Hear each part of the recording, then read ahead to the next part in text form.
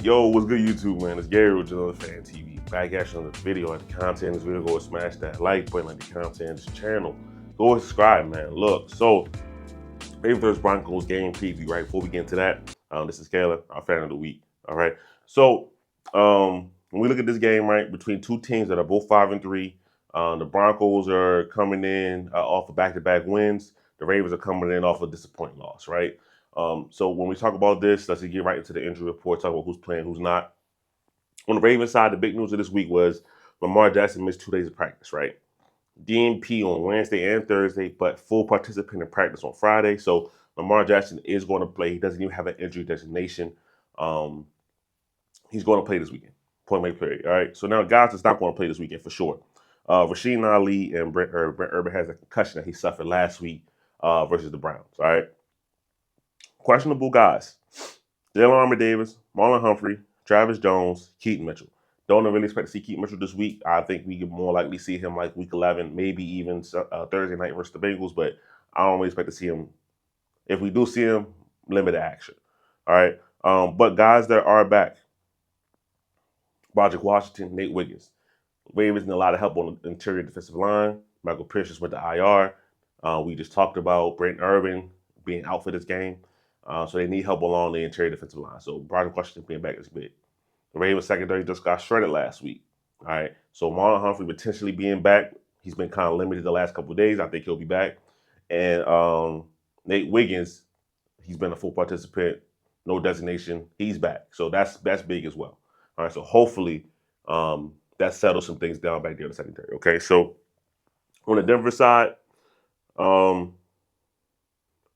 Pastor Tane was listed on here, but he's been full participant all week. He's going to play. And their cornerback, DJ Locke, and they have a safety, Turner Yell, who are both listed as out. Okay. So a couple of guys, but they got some main guys in here that's going to play for them that are important. So Zach Allen, the defensive lineman, and Pastor Tane, like we mentioned, and Mike McGlinchey, offensive tackle. They're all in the injury report, but they're all going to play. So the Broncos are going to have some key guys playing. All right. All right. So for the Broncos, their last 3 games, all right, they're 2-1. That's a 26. They lost to the Chargers 23-16 in the division game for them. Beat the Saints on Thursday night 33-10, going to battle the rookie quarterbacks Bo Nix and Spencer Rattler. And they lost, and they won again, to the versus Carolina Panthers 28-14, right? Game last week. Bryce Young's kind of returned to action after being on the bench for a little bit. Bo Nix is really probably his best game of the year. He was pushing the ball down the field. But that Panthers defense is not very good. All right. Not saying the Ravens defense is some world beaters, but that Panthers defense is really not very good. Okay. So here's what it is. We'll see what happens now with this game. Okay. Now, all right. Broncos defense, start off right there. The clear strength of this team is the Broncos defense, right? And that's no slight to what Bo Nix is doing as a rookie. But this Broncos defense has been playing at an elite level to start this year. All right. So when you look at the defense, only 15 points allowed per game. That's third in the NFL. All right. They're only allowing 282 yards a game. That's also third in the NFL. All right. They're getting almost 4 sacks a game, second in the NFL. Whether it's passing or running, they're top 10 in that as well. All right. So they're not allowing you doing much. The only thing that I saw that was kind of interesting was that their third down percentages are kind of middle of the pack in terms of what they allow. But they've been a very, really good defense so far this year, right? And kind of for them, they have great secondary players, right? Like you have a Pastor Tane, guys like that, right? But for them, it starts up front, right? They have a really good defensive line. They have a lot of the defensive line. They have a lot of these guys that are bend the corner, get to the quarterback quickly kind of guys, right? So one guy that stands out to me is Nick Bonito, right? I was watching the Panthers game, and I believe they said that Nick Bonito, he has a streak of like 1 sack in the last 6 or 7 games, something like that. But he has a sack streak kind of going, right? So he's a guy the Ravens have to watch out for. So that's important, all right? But this Broncos defense is an elite unit right now, right? So this Ravens offense has also been an elite unit. So it's going to be the clash, right? Ravens have been number 1 in pretty much every metric you could think of as far as offense. And the Broncos are pretty daggone close to that when it comes to pass defense, right? So we're going to see what balances out this game, right? For the Ravens offense, we'll get into what they have to do later, but that's just kind of the overview of the Broncos defense, all right? Now the Broncos offense, um, they be kind of like how you would think like what it would look with a rookie quarterback. Okay, so for their offense, they're about 25th in yards per game. Uh, let me see. Points. 25th in yards per game. They kind of struggle on third down. They don't allow a lot of sacks. Then that has a lot to do with Bo Nix's escapability, right? Bo Nix will use his legs. He will get up out of there, right? That's not something that's really talked about a lot with Bo Nix, but he is a really good athlete, all right? So when it comes to running the ball, they're about middle of the pack, 121 yards a game, 27 attempts, so both 15th right there. They throw the ball a lot. They have been trailing in some games, so that leads to that. And listen, Bo Nix is an older rookie quarterback. I believe he's 24, 25 years old, right? So Sean Payton has to kind of trust in him to throw the football, right? But Bo Nix isn't throwing for a lot of yards, only throwing for about 186 yards a game, right? So they're throwing a lot, but it has been very deep down the field. Now, he might have turned the corner last week. He started pushing the ball down the field a lot more versus the Carolina Panthers. But once again, we got to see it again because that Panthers defense, like I said, is not very good. All right, so we have to kind of see it again. Is that the real transition for Bo Nix, or did he play a defense that's not very good? We don't know yet, so we'll see. All right. So that's it for the Broncos offense, Broncos defense, right? So keys to the game for the Ravens, all right? How will they get a victory in this game, okay? So when I look at it, right, for the offense, I talked about the Broncos defensive line. So for me, it starts with the Ravens offensive line. The Ravens have to win this game with the line of scrimmage, right? Point blank, period. Because the Broncos if you look at the Ravens' 3 losses, Raiders, Chiefs, and Browns last week, when you look at what those 3 teams have in common, they have a dominant defensive line. All right. Raiders got Matt Crosby and Christian Wilkins, right? The Chiefs got Chris Jones, George Karlaftis, and they got guys that just work well together. All right. And then the Browns, we know that the Browns, they had Darius Smith. They might trade him, but when they played the Ravens, they had Darius Smith. They got Myles Garrett, and then they just got a really physical attacking defense, right? The Broncos are really no different in that way. All right. So when we look at the teams that have given the Ravens trouble, the Broncos fit this category, right? Like I said, the Broncos have a good secondary, right? But for me, it starts up front. When your guys up front can hurry the quarterback, get them off the spot, speed up the internal clock, that what can cause your corners on the back end to play so well, right?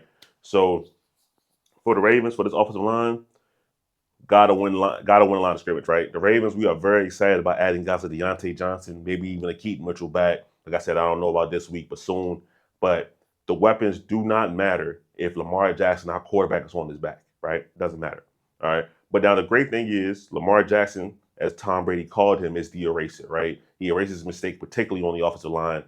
But you don't want to have him have to do that at all times, right? Sometimes you just want it to be blocked up well so they can go. So Lamar Jackson go sit there in the pocket and make his reads, get it to the open guy, like he's been doing great all of his career, really, and especially this season, right? So when you get Deontay Johnson, Rashad Bateman, and Zay Flowers mixed in with a Mark Andrews and Isaiah Likely, if this Ravens offensive line can give Lamar Jackson time, I don't really worry about them against any team in the NFL. But as we've seen, like I said so far, these 3 losses have been versus teams that have a very, very strong and attacking defensive line.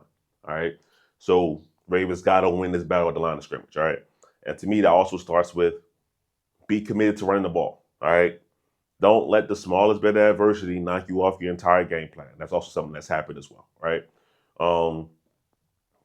So for the Ravens, win the battle at the line of scrimmage, you should be okay on offense, right? Your offense is explosive enough, is good enough. Your quarterback is playing at a top tier level, like the best quarterback in the league.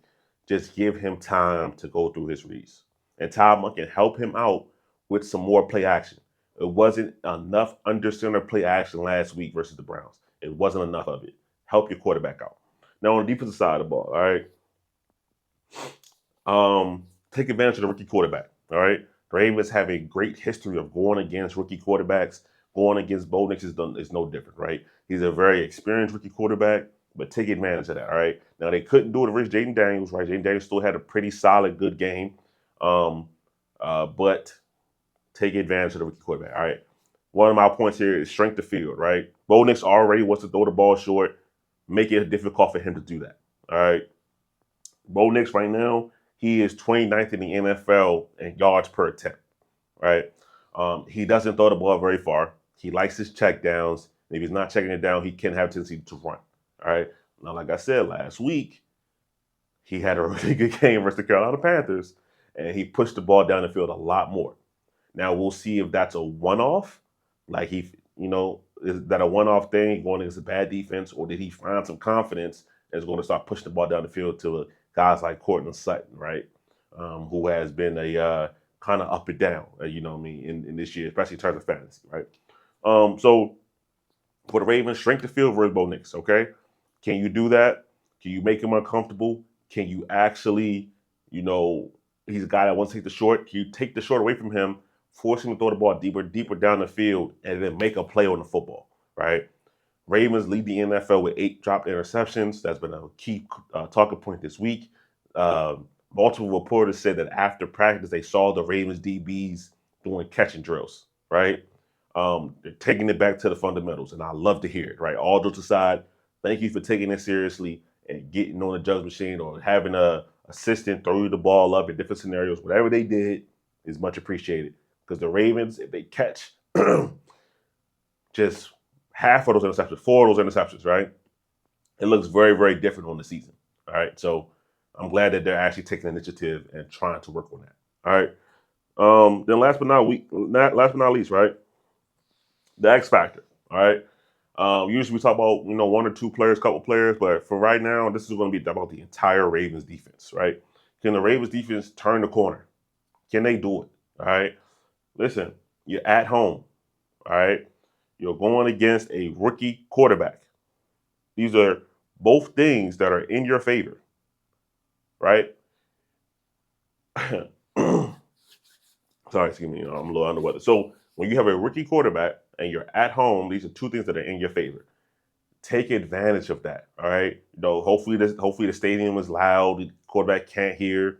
It's a raucous environment. But at the end of the day, I know the Ravens have done a lot of things with trying to confuse different guys, confuse different looks, and it hasn't worked out in terms of their disguises, right?